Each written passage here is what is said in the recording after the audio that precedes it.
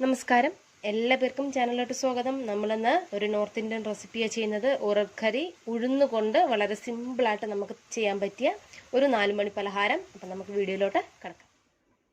അപ്പം നമുക്ക് നമ്മുടെ ഉഴുന്ന് പക്കോട തയ്യാറാക്കാം. അതിനായിട്ട് 1 കപ്പ് ഉഴുന്ന് 1 മണിക്കൂർ വെള്ളത്തിൽ കുതിർത്ത് വെക്കണം. ഒരുപാട് നേരമൊന്നും കുതിർത്ത് വെക്കേണ്ട ആവശ്യമില്ല, 1 മണിക്കൂർ മതിയാകുമേ. ഇനി നമുക്ക് ഇതിനെ മിക്സിയിലോട്ട് മാറ്റാം. അപ്പോൾ ഇതാ ഞാൻ മാറ്റിയിട്ടുണ്ട്. ഇനി നമുക്ക് ഇത് അരച്ചെടുക്കാനായിട്ട് ഇതിലോട്ട് 2 വറ്റൽ മുളക്, 1/2 ടീസ്പൂൺ കുരുമുളക്, 1 പച്ചമുളക്, കുറച്ച് കറിവേപ്പില,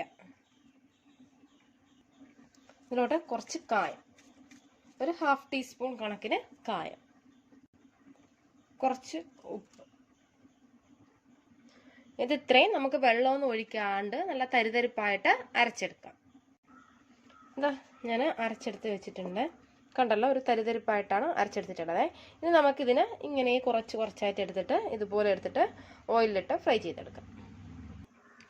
അപ്പോൾ ഇതാ ഓയിൽ ചൂടായിട്ടുണ്ട്. നമുക്കിതിലോട്ട് ഇങ്ങനെ കുറച്ചായിട്ട് ഇട്ട് കൊടുക്കാം. അപ്പോൾ നിങ്ങൾ ഇത് ഇട്ട് കൊടുക്കുമ്പോഴത്തേക്ക് കയ്യിൽ കുറച്ച് വെള്ളം തടവിയിട്ട് ഇട്ട് കൊടുത്താൽ പെട്ടെന്ന് തന്നെ നിങ്ങൾക്ക് ഇതിലോട്ട് ഇട്ട് കൊടുക്കാനായിട്ട് പറ്റും. കയ്യിലൊന്നും വലിയ രീതിയിൽ ഒട്ടിപ്പിടിക്കില്ല. അപ്പം ഞാൻ നേരത്തെ അരച്ച് വെച്ചത് മുഴുവനായിട്ട് ഞെട്ടിട്ടുണ്ട്. ഈ ഒരു ട്രിപ്പിന് വേണ്ടി മാത്രമേ ഉണ്ടായിരുന്നുള്ളൂ, ഒരു ബാച്ച് ഒക്കെ. അടുത്ത പിന്നെ നിങ്ങൾക്ക് വേണമെങ്കിൽ കുറച്ച് കൂടുതലിട്ട് ചെയ്താലും മതി. ഇതിപ്പം ഇത്ര ഞാൻ 1 കപ്പ് ഇട്ടതാണ് ഇത്രയും കിട്ടിയിട്ടുള്ളത് എനിക്ക്.